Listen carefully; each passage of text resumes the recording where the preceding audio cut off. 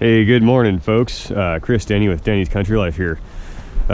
Wanted to make a video today saying happy Thanksgiving to y'all. I hope everything is going well for you. I hope you're spending time with your family and everybody's happy and healthy and grateful for what the good Lord has provided for them.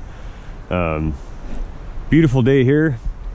It's a little bit cold. The hawk up there. Let's see what he's up to. Yeah, so anyway, easily distracted here, guys. So yeah, Thanksgiving Day, I will be well, my wife and I will be joining the in-laws for some dinner, and that should be a good day. But as of right now, what we're gonna do is cold start, and we're gonna get the bucket for the loader inside the garage, and I'm going to weld some hooks on, two on the outside and one in the middle. And shortly I will be receiving the skid steer quick attach assembly from Westendorf, so that should be good. I also got the plate to weld on to the back of this sitting in the garage, ready to go. So yeah, so that's kind of where we're at. Let's do a cold start here. So I believe it's somewhere around maybe 27, 28 degrees. So not too cold compared to what some of you guys are experiencing in other parts of the country, but let's see what she does here. Give it 5 or 10 seconds of glow plug. This is my first time actually using the glow plugs. Normally, look at that. Normally, I don't give it any glow plug whatsoever, and she just fires right on up. Okay, guys, so got the bucket off of the tractor. The reason that I do that is just a quick story here. When I was 18 years old, I had I think it was a 92 Dodge pickup, and the exhaust needed some welding done on it. A buddy of mine and I grabbed his dad's stick welder and went to town on it, made a big giant mess, and ever since then the truck just had issue after issue. Everything was electrical related. It never ended. I ended up having to get rid of the truck. It just, it was never the same after welding on it. So if I weld on a vehicle, normally I'll disconnect the battery.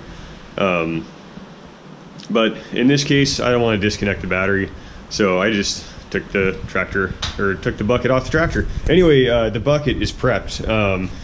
So I just took a flap disc and got rid of the mill scale and whatever paint was left on it. So we're pretty much ready to go. I got them squared up with the magnets, ground off a little spot for my my ground clamp, and we'll be using the Hobart Ironman 230. Some of you guys haven't seen this, maybe you have on my Instagram, but I'm really enjoying this welder. It's a 250 amp machine. It's just been great. I bought it new from Northern Tool with the spool gun, and I'm just enjoying the heck out of it. Really nice welder. Alright guys, so it's pretty windy out today, and there's a really good chance that when I'm doing this, I'm going to lose some of my shielding gas. So what I'm going to do is turn that up. Okay, so I've got my shielding gas turned up to about 20 cubic feet per minute, and or per hour, whatever it is, and hopefully that should be enough to not get blown away. And yeah, let's do this.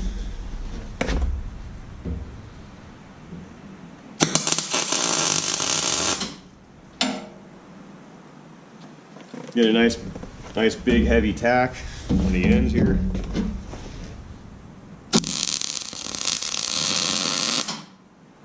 Now these hooks, they do come with like some sort of a shiny clear coat on them. So before you weld them, you're going to want to wire wheel them, which which I have done. So anyway, I'm going to do one more tack on this side, and then I'm going to come through and do a root pass. We're going to do this in multiple stages. Do a root pass and then come in and fill that up. So I'm gonna be pulling or dragging instead of pushing, and I'm gonna clean out my tip here really quick. So bring it back. Okay, so we're not going to get too much into pushing or pulling. I, for the most part, prefer to pull, and that's just because I welded flux core for so long due to weather conditions and things like that, and just the equipment that I had for the first 10 years of welding or so. I'm just more comfortable pulling. Some people say that pulling isn't as good or as strong. There's lots of studies behind that, and I'm sure that there's going to be some comments in this video, but anyway, I'm going to be pulling, and we're just going to have to like it. Okay, let's get to it.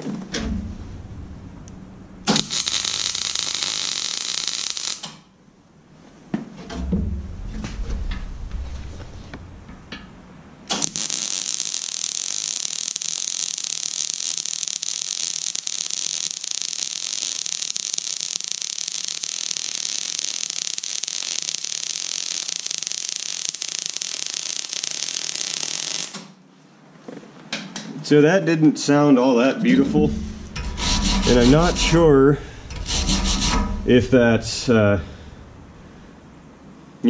think I'm going to turn my wire feed down.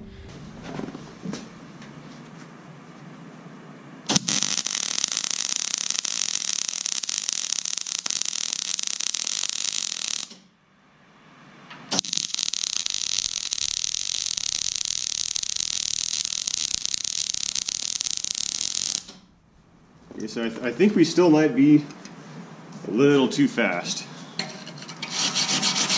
The weld looks good, and I can see the penetration. The puddle looks healthy. Let me well,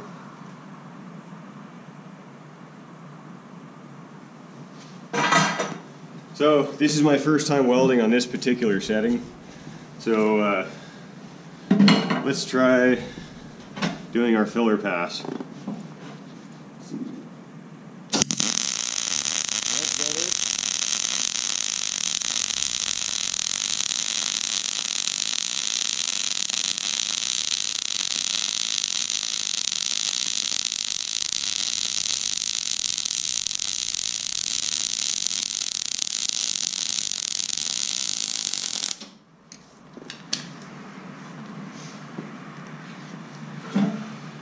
So what I did was I actually sped up the feed rate.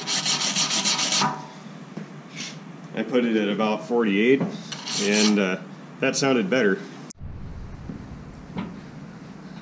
Okay guys, so the lens on my GoPro has already taken a beating from previous welding videos.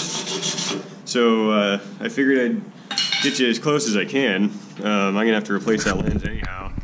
And let's just see how close we can get to it and still have somewhat of a decent picture.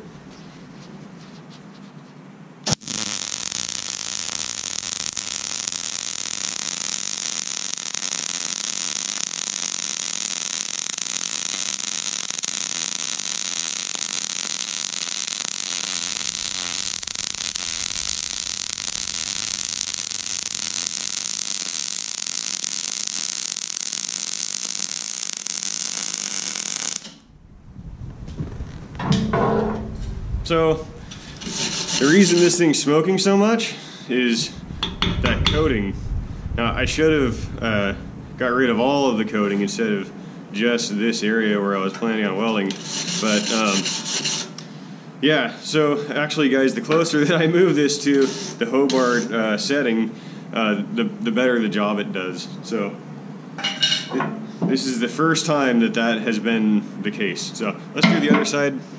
See if we can get you close up in there. These GoPros, they just make everything look far away. Right now this is only about an 8 to 10 inch gap between camera and hook.